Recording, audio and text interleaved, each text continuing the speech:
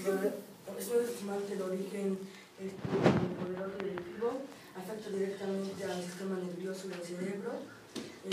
Cada una de sus hojas de la coca se extrae el polvo de la cocaína.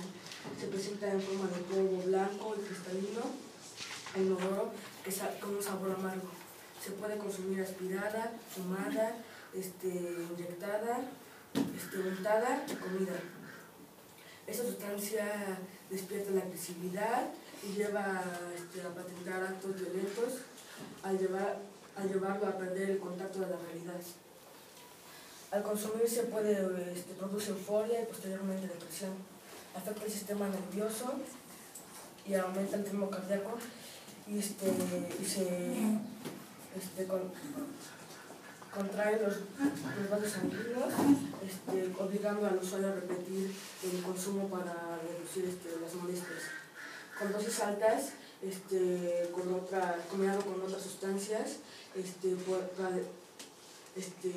puede producir en los consumidores, además de lo anterior, pánico, trastornos mentales, psicosis y hasta la muerte.